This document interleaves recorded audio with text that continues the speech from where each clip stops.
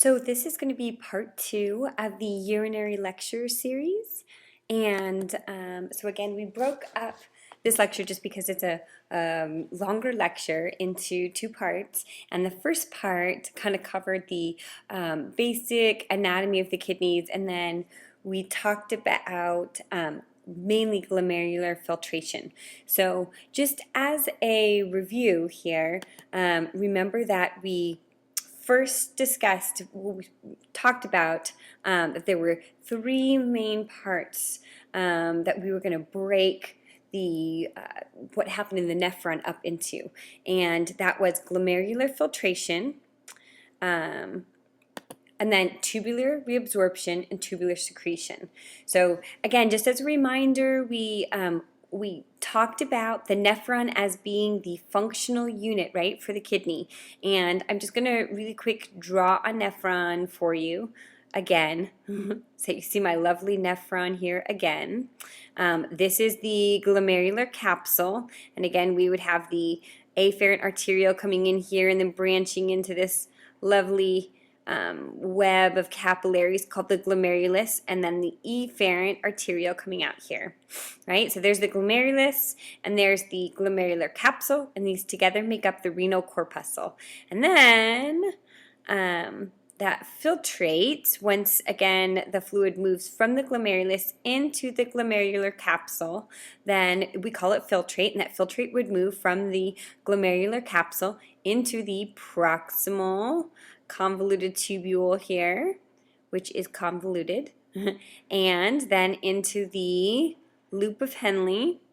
So again, this would be the descending limb of the loop of Henle. This is the ascending limb of the loop of Henle, and then into the distal convoluted tubules, and then eventually into the collecting duct. So again, this is just a reminder of what a nephron looks like. Okay, so we talked mainly about glomerular filtration the last time, which is what happens here. And again, we talked, and we have an earlier, I can't remember what slide it is, but it's just a few slides up from this one, where I talk about these 3 processes that occur in the nephron for the formation of urine. The first one is glomerular filtration. And glomerular filtration is where we actually form that filtrate. So that's where, again, fluid from the blood is being moved into the glomerular capsule, and we form that filtrate. That was that process. Okay. The second process is going to be the tubular reabsorption. Okay. So that's going to be this process here. And then the third one, which we'll talk about at the very end of this lecture, will be tubular secretion. Okay. So when we talk about tubular reabsorption here, this is going to refer to changes that occur in the fluid composition of this filtrate here from the time that it first becomes a filtrate, okay, at glomerular filtration. So from the time that we first form the filtrate to the time point when the urine actually arrives in the collecting duct here. So again, the changes that are going to occur from this point to this point here, okay, are going to be largely the result of tubular reabsorption. And this is something very important for you to get early on. When we talk about tubular reabsorption, okay, we are going to be talking about reclaiming substances from the filtrate into the blood. So remember that we have these peritubular capillaries that are going to basically form this kind of web of blood vessels all around the tubules of the nephron. And so I'm just going to draw, one blood vessel here. So I'll just draw a blood vessel, right here. And what I want you to keep in mind is that when we talk about tubular reabsorption, it means reabsorbing things into the blood. So I want you to think reabsorption into the blood. So out of the filtrate and into the blood. So we're going to be moving things like water and certain ions out of the tubules and into the capillaries. Okay? So, and then just a little bit of terminology. We're going to refer to this area, okay, the space in between, the fluid-filled tissue space here, in between the tubules of the nephron and the capillary is going to be called the interstitium. The interstitium, or the interstitial space. And that's just going to be the space that's in between, again, the tubules of the nephron and the capillaries that are surrounding those tubules. And so when we talk about reabsorbing things, we're going to talk about things moving from the filtrate, okay, out of the tubule into the interstitium, and then eventually being reabsorbed into the blood through that capillary. So again, keep that in mind when we talk about tubular reabsorption. Reabsorption is always going to be reabsorbing things into the blood, out of the filtrate and into the blood. Secretion, when we get to secretion, you're going to see that's going to be just the opposite. Secretion is going to be from the blood secreting into the filtrate. Okay? So again, just a little bit of terminology. It's really important that you understand that early on, so that way then you don't get confused when we get into the details on tubular reabsorption. Okay, so now most of your reabsorption is going to occur in the proximal convoluted tubule. And so remember that, again, the proximal convoluted tubule is going to be basically the first tubule that the filtrate is going to enter as it enters the tubules of the nephron. So again, the majority of the reabsorption of all of your ions and of your water is going to happen in the proximal convoluted tubule. And you're going to see that these cells that line the proximal convoluted tubule contain these little finger-like structures called microvilli. And remember those microvilli, we talked about microvilli when we did the digestive system. So microvilli here are going to serve the same purpose. Again, they're going to maximize your surface area, or increase your surface area for absorption. And, oops, I forgot the last part here says with carrier proteins. So what's going to happen is we have certain carrier proteins. If I could draw, let's say here's your tubule, okay? And here would be your cells that are lining the tubule, so lining the proximal convoluted tubule.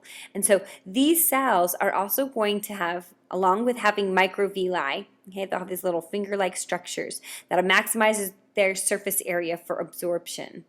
But they also are going to have certain carrier proteins in the membrane, okay? And so again, we'll have lots of carrier proteins in these little finger-like microvilli. And these carrier proteins are going to help to move things across the membrane that are large and charged, okay?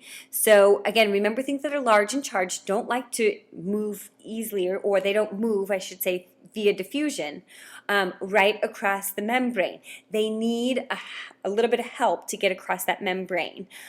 So we have carrier proteins that do that. And so they can diffuse, but they have to diffuse by facilitated diffusion with some help from these carrier proteins.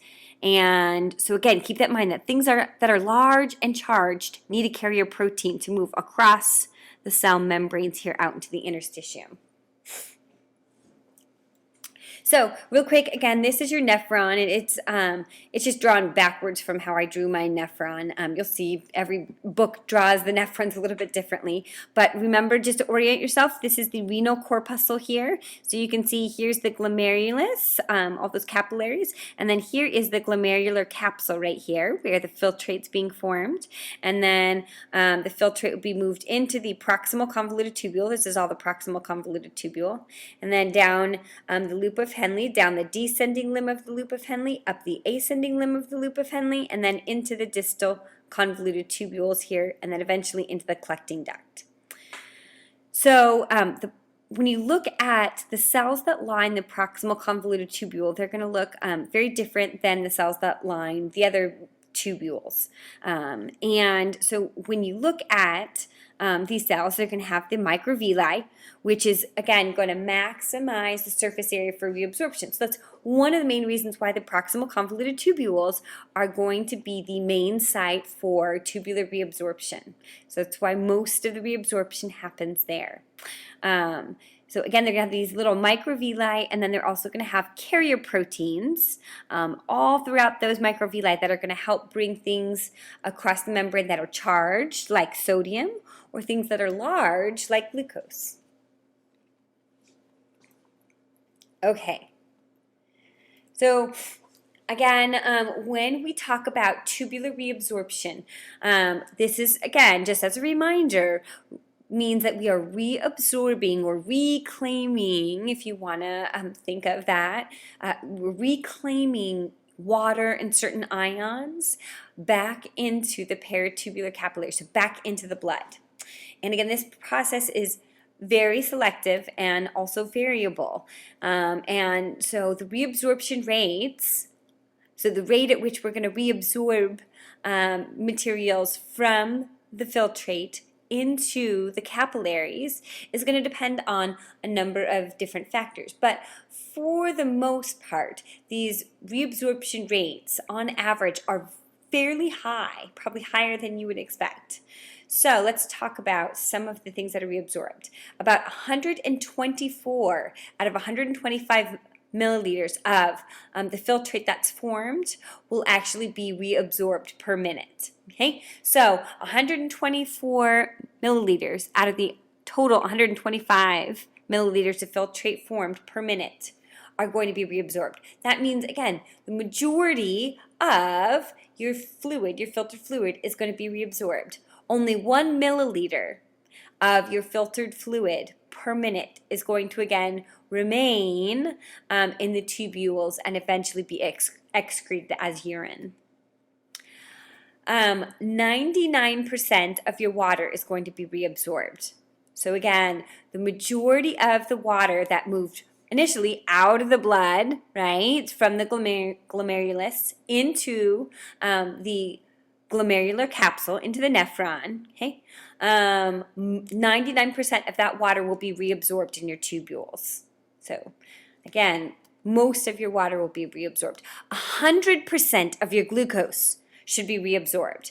And this is important to remember because if for some reason you have glucose in your urine, that is not normal. It's oftentimes, again, an indicator that you have a disease such as diabetes. So 100% of the glucose should be reabsorbed out of the filtrate back into the blood.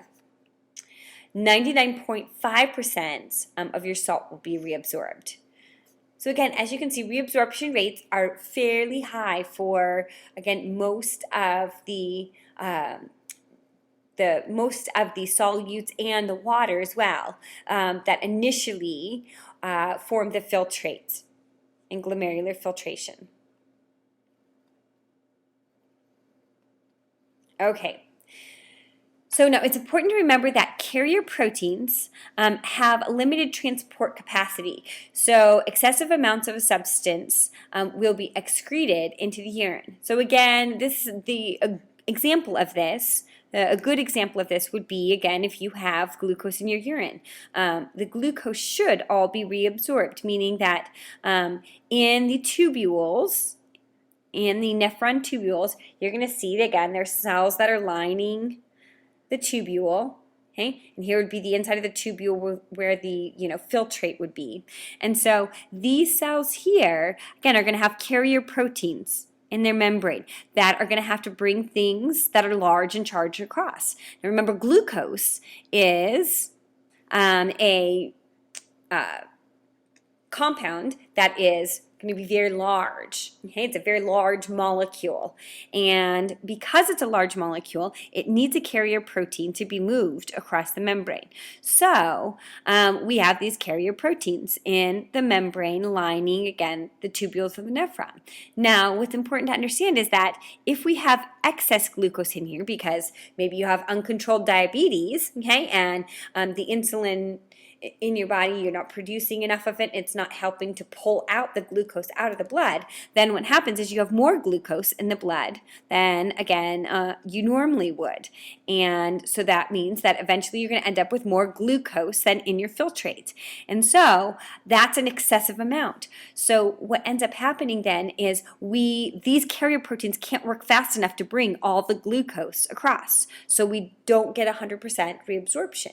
And when that happens, then we end up with glucose in the urine. So, and again, this just happens because these carrier proteins have this limited transport capacity. They can only work so fast, okay? So if we overload the system with too much glucose, then these carriers can't work any faster. They're already working at capacity. And so they end up not being able to catch all the glucose, and some of that glucose actually makes it into the urine. So that's, again, just important to understand in terms of those carrier proteins have that limit to them. Glucose and amino acids are going to be reabsorbed by active transport. Okay, so again, it's going to require some ATP, and they're going to be reabsorbed again using those carrier proteins. And then water is going to be reabsorbed by osmosis. So we'll talk about that. Water is just going to move right across the membrane. Okay? And then proteins will actually be reabsorbed by pinocytosis. If you remember, pinocytosis is what we kind of described as cell drinking. And so when we, pinch off a bunch of fluid, then proteins will also be in that. And that's one way that we can reabsorb our proteins. Okay, so now let's talk about sodium and water reabsorption because the two go hand in hand, and this is going to be very important for you to remember. So sodium ions are going to be reabsorbed by active transport. And again, they are negatively charged, so they're, again, charged ions. So they're going to need, again, help across the membrane via a carrier protein. Now, these sodium ions, again, are going to be reabsorbed by active transport. So that means we can actively pump them against a concentration gradient using ATP. As the sodium is reabsorbed, water is going to follow by osmosis. So again, as we pump across sodium, okay, out into especially the interstitium here, okay, then we're going to build up extra sodium out here, which is a solute. Okay, and so as we build up that extra sodium out here, it's going to draw water with it via osmosis. So remember that oftentimes if you see sodium is being reabsorbed, okay, then usually water is going to be reabsorbed. Now there's going to be an exception that we're going to talk about in the loop of Henle. There is an area in the ascending limb of the loop of Henle where the cells that are lining the ascending limb of the loop of Henle will not allow water across, okay? But that's going to be the exception to the rule there. Okay. So what is going to drive our reabsorption of fluid from the filtrate back into the blood? And what's really going to drive this is changing the osmolarity of the interstitium. And what this means is that when we again have all these tubules, so we've got our nephron right here, and we have the proximal convoluted tubule, and then the loop of Henle, and hopefully you guys will draw this enough that this will just become second nature, drawing a nephron. And then here's the distal convoluted tubule, and then here would be the collecting duct. Okay, so again, this is the renal, this whole area here is the renal corpuscle. This is the, I'm just going to abbreviate it as PCT, proximal convoluted tubule. Here is the loop of Henle. Okay, and here is the distal convoluted tubule, and this is the collecting duct. Okay, so again, when we talk about reabsorption in the tubules, okay, of the nephron, or what we call the renal tubules, we are again talking about moving fluids out of the filtrate and into the interstitium and eventually into a capillary. Okay, but again, remember the interstitium is going to be this area in between the nephron tubules and the blood capillaries. So as we reabsorb materials into the interstitium, that's what is going to draw water across. Okay, so that's what we mean by increasing the osmolarity of the interstitium. As we move sodium, things like sodium and other ions and solutes, okay, across the membrane, okay, so out of the tubules and into the interstitium, then it's going to build up, you're going to build up solute out here, and that is going to increase the osmolarity here. And so again, as salt moves across, water is going to be drawn across as well. And that's what's really going to drive most of your reabsorption is, again, changing the osmolarity of the interstitium. So how do we increase the osmolarity of the interstitium? One of the main ways that we're going to do this is by transporting sodium ions from the tubule cells to the interstitium, just like I drew here. Okay? So that's going to be kind of one of the main ways that we are going to, that we will kind of drive the process of reabsorption is by transporting those sodium ions across.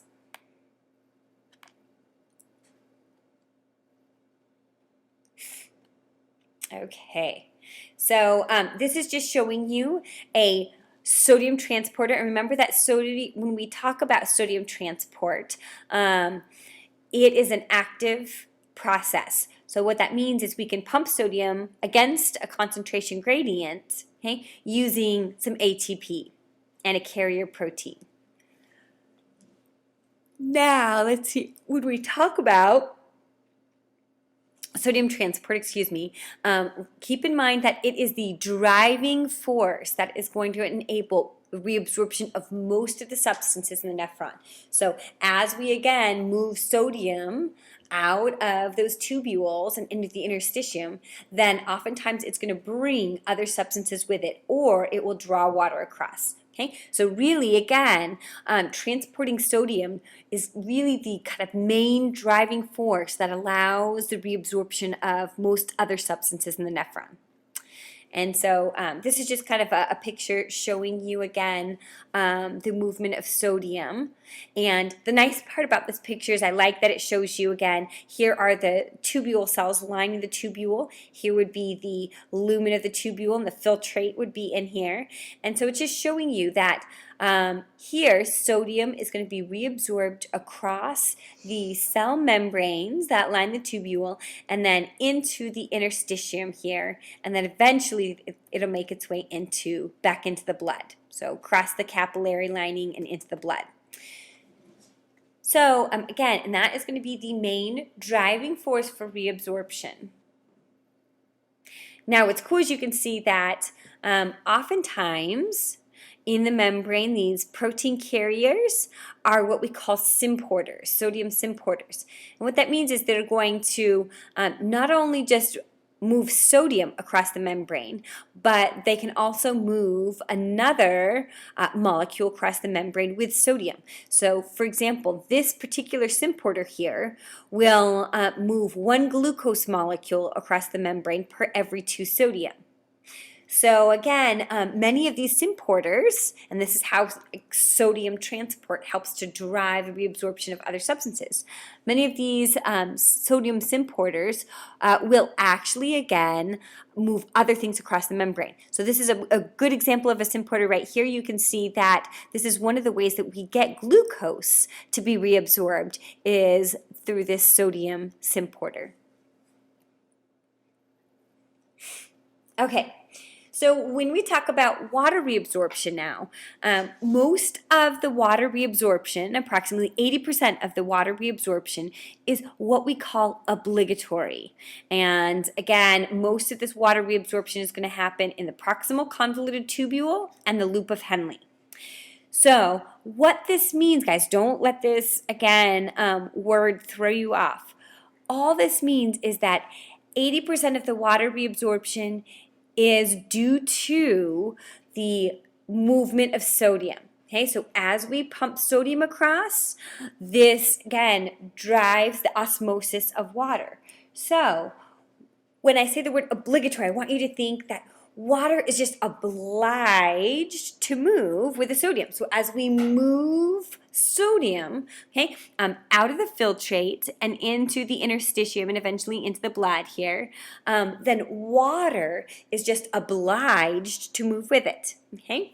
So that I want you to think of that when you think of obligatory, that the water is just obliged to move with it. And that most of our water reabsorption is going to happen that way. So again, 80% is a big chunk of it. There is, however, another 20% of our water reabsorption that is going to be due to hormonal control, especially your hormones like antidiuretic hormone and aldosterone. And they're going to control water reabsorption in the distal parts of the tubule. So what they will do is oftentimes, again, these hormones, such as ADH, will actually make these distal tubules like the distal convoluted tubule and the collecting duct, they will make them more permeable to water. Okay? So, but that is under, again, hormonal control. So that's obviously more variable. So remember, 80% of the water reabsorption is obligatory. The remaining 20% is what we call facultative. And this is a term I'm going to introduce later on, but I thought I'd go ahead and do it now as well. So this is called facultative reabsorption. Whenever it's, again, reabsorption is influenced by hormones in those distal tubules, it's facultative. Whenever it's just water is just moving across with sodium, then it's obligatory. And I like this diagram because, again, it really helps to show you that obligatory water reabsorption here. And it also is a nice diagram to show you, again, the movement of substances across from the filtrate into the blood. And that's what reabsorption is about. So, and this is just to orient you, I should have done that earlier. This is the Bowman's capsule, and then this is the proximal convoluted tubule. So they're just showing you a little part of the nephron. Okay. So when we talk about tubular reabsorption and tubular secretion, try to keep in mind that normal functioning kidneys will produce a large volume of dilute urine when the fluid intake is high, and a small volume of concentrated urine when the fluid intake is low, or if fluid loss is large. For example, again, if you have mass hemorrhaging, so mass loss of blood. So how does this happen? That's the big question. So how does this happen? So now we're going to talk a little bit more about how tubular reabsorption of water happens, and this will answer that question for us in terms of then why it is that we produce more dilute urine when we're drinking a lot of water or very well hydrated, and then when we're dehydrated, why we would produce less urine and it would be more concentrated. So the reason is that we have this really cool process called countercurrent multiplication. And this is one of these processes that always wows me, because when you talk about how efficient some of our anatomy is, our anatomy and physiology is, and especially when you get into talking about, these individual units called nephrons and what's happening in these individual units that make up the kidneys. This is where it gets really interesting in terms of how amazingly efficient but also complex these nephrons are. And so this process called countercurrent multiplication is going to be one of the main driving forces for most of our water reabsorption and our salt reabsorption. And this is going to happen, again, in the loop of Henle, and it's really an amazing process in terms of how we can control this reabsorption based on this concentration gradient. So what I want to do is I want to kind of introduce, this is kind of a I'm not going to lie, a tougher concept to understand, but I'm going to show it to you a number of different ways. So just hang in there with me, okay?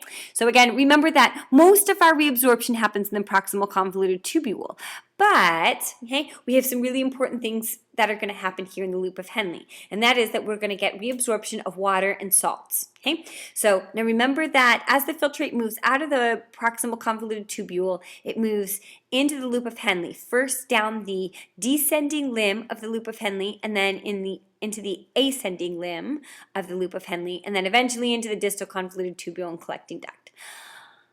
Now, when we're just going to focus on the loop of Henle, because this is where the countercurrent multiplication is going to occur.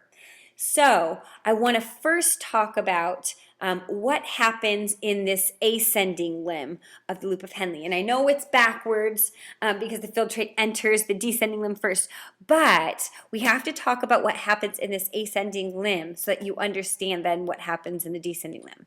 So what happens in this ascending limb is that we've lost water, okay, or basically reabsorbed water into the blood, right, out of the filtrate into the blood in the descending limb here. And so what ends up happening is this filtrate is very concentrated, okay, down here. So again, we have a lot of solute here in this filtrate. And a lot of that solute consists of salt, so literally sodium chloride. So what's going to happen here is the cells in the ascending limb of the loop of Henle here, okay, are going to be impermeable to water. Okay, so this is an area that I told you that was an exception. This is an area where water is not allowed to move across the cell membranes. However, it will pump sodium chloride across. Okay, now we have lots of sodium chloride here, okay, in this filtrate because it's super concentrated. So as we start to pump sodium, we're going to be pumping lots of sodium across here. Okay, so we're going to get lots of sodium building up in the interstitium here as we pump that sodium across. Now, as we move up the ascending limb, right, we're going to have less and less sodium to pump across because, again, we've pumped it across lower in the ascending limb here. So, as we move up here, we have less sodium to pump across. So, in the interstitium, we have less sodium building up. Okay, and then even up higher here, again, we have even less sodium to pump across. So we have less sodium then being pumped into the interstitium. So what this means is we've created a concentration gradient in our interstitium where we have a lot of sodium, okay, down here and less sodium up here. Okay, so this creates what we call our osmotic gradient or our nice concentration gradient in the interstitium. Now we can talk about what's going to happen here in the descending limb here. So if you look at the descending limb here, these cells are going to be just the opposite of the ascending limb. These cells are going to be permeable to water, but not to salt. Okay, so they will not be moving salt across, only water. And so what happens here is we've built up salt, some salt as we've pumped it out, right, from the descending limb in this interstitium. So that's going to draw that water, okay, out of the tubules, or out of the descending limb of the loop of Henle into the interstitium. And so what happens is as we start to draw water out into the interstitium, because remember water wants to follow that salt, as it does that, okay, we're going to draw that water out, and this filtrate is going to start to become more concentrated. Okay, now what would happen is if we didn't have this concentration gradient of salt built up in the interstitium, then eventually the filtrate would hit a point where the solute concentration here was equal to the solute concentration out here, and we would no longer be reabsorbing water. But remember that we've created this concentration gradient of salt in your interstitium here. So now, okay, as we now have, because we've lost water, a more concentrated filtrate here, the beauty is we also have a more concentrated interstitium because we were pumping out more sodium here, okay? Remember, as you get lower down here, we have more and more and more sodium. So the great part is that as this filtrate becomes more and more concentrated, okay, we're still going to lose water due to osmosis because this interstitium is more and more and more concentrated with salt because we were pumping out more salt in the ascending limb down here. So what this does, guys, is this maximizes our water reabsorption. This ensures that we can reabsorb water all throughout the descending limb of the loop of Henle. So really a pretty amazing, again, design here. So that is the process that we call countercurrent multiplication. And so now I'm just going to go through the slide, the verbiage of it, and then I'm going to actually show you an animation. And I think the animation is really helpful in terms of showing you what is happening in the interstitium. So in the loop of Henle, again, the descending limb is going to be highly permeable to water, but does not allow, again, sodium to be reabsorbed. So it's only, again, going to allow for water reabsorption. And then the ascending limb is just the opposite. It actively transports sodium chloride out of the tubule lumen into the interstitium, so in that interstitial space. But it's impermeable to water. So again, the ascending limb won't allow water across, just the opposite, okay, from what the descending limb is. Therefore, water does not follow the salt by osmosis in the ascending limb, okay? However, again, this process here in the ascending limb will drive the reabsorption of water in the descending limb. Okay, so by actively pumping across sodium chloride in the ascending limb, because remember we have this loop here, okay, by actively pumping across that sodium chloride in the ascending limb, this is going to drive the water reabsorption in the descending limb. So this is what's called the countercurrent flow, okay? And the only reason that we can do this is that these two limbs, okay, of the loop of Henle are in close proximity to each other because we form this loop. So now what I want you to do, and this is kind of cool because this shows you, again, this gives you some numbers to show you this countercurrent multiplication. So again, here's your ascending limb, and here would be where you would be pumping sodium across. So you can see this is supposed to be giving you the osmolarity, or the concentration of solutes per fluid. And you can see obviously, this is much more concentrated in the very beginning of the ascending limb of the loop of Henle, and so then we're going to be pumping out more salts, so we get lots of salt that builds up here. So again, here you can see that the interstitium is going to be more concentrated with solutes here as well. And then again, as we lose those solutes, the filtrate again becomes more and more dilute, and so does the interstitium because we don't have as much sodium to pump across. Now, again, in the descending limb here, where we're only going to be, again, reabsorbing water, so as the filtrate moves through here, you can see it starts out fairly dilute, but as we lose that water, okay, to the interstitium, then it becomes more concentrated.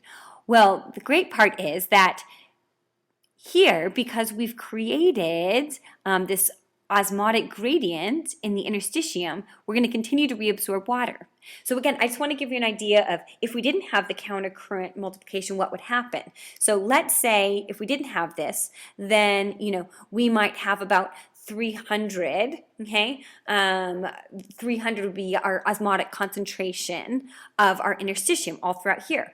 Well, as we started to lose water here, okay, then we would kind of taper off here, right about here. We would have, again, lost most of our water, so that then the filtrate and the interstitium were equal in terms of their solute concentration. Once that would happen, then we wouldn't get any more water reabsorption through the rest of the descending limb because they would be equal.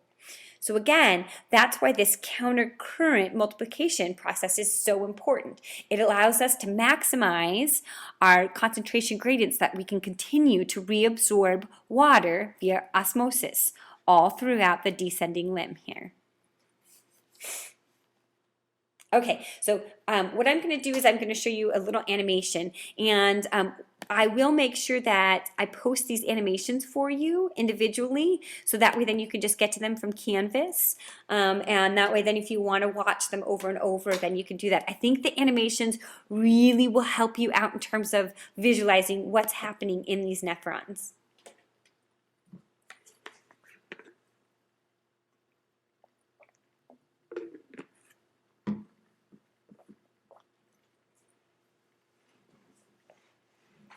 Sorry, this may take just a second to load. But don't worry, it's worth the wait. It's well worth the wait. To demonstrate the current theory of how the loop of Henle forms the medullary osmotic gradient, here's a simplified view of the cortex and medulla. This theory is called the countercurrent theory because of the opposing flow of filtrate within the two limbs of the loop.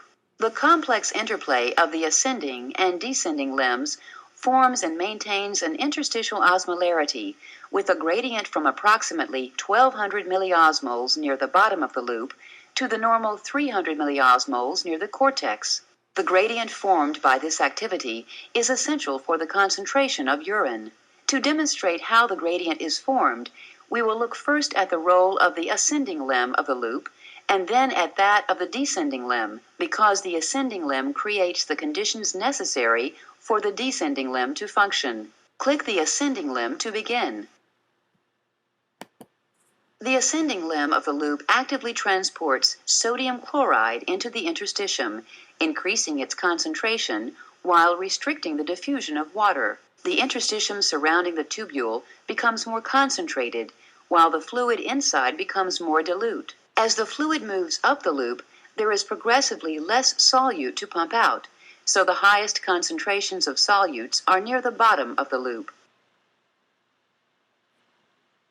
Now click the descending limb to continue the process.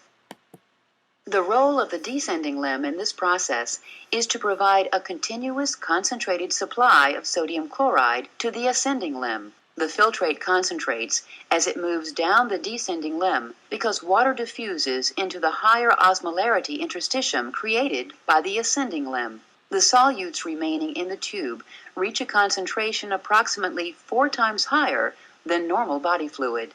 The effect is much like what happens in the Great Salt Lake when water evaporates and salt is left behind. The fluid that is left is very salty. This salty filtrate provides a ready supply of sodium chloride for the ascending limb to maintain the osmotic gradient. Now click the interstitium and watch the combined but asymmetric activities of the two limbs as they build the osmotic gradient. The way the two limbs cooperate to multiply the solute concentration from the normal 300 milliosmoles of the cortex to a level 4 times higher in the medulla is called the countercurrent multiplier mechanism. This mechanism has also diluted the luminal fluid in the ascending limb to an osmolarity of approximately 100 milliosmoles. As a result, water is retained while solutes are removed. This graphic now shows the 200 milliosmole difference between filtrate and interstitium developed by the cells of the thick ascending limb. Okay, so hopefully that animation will give you at least a little bit of a visual understanding of exactly what's happening in that loop of Henle.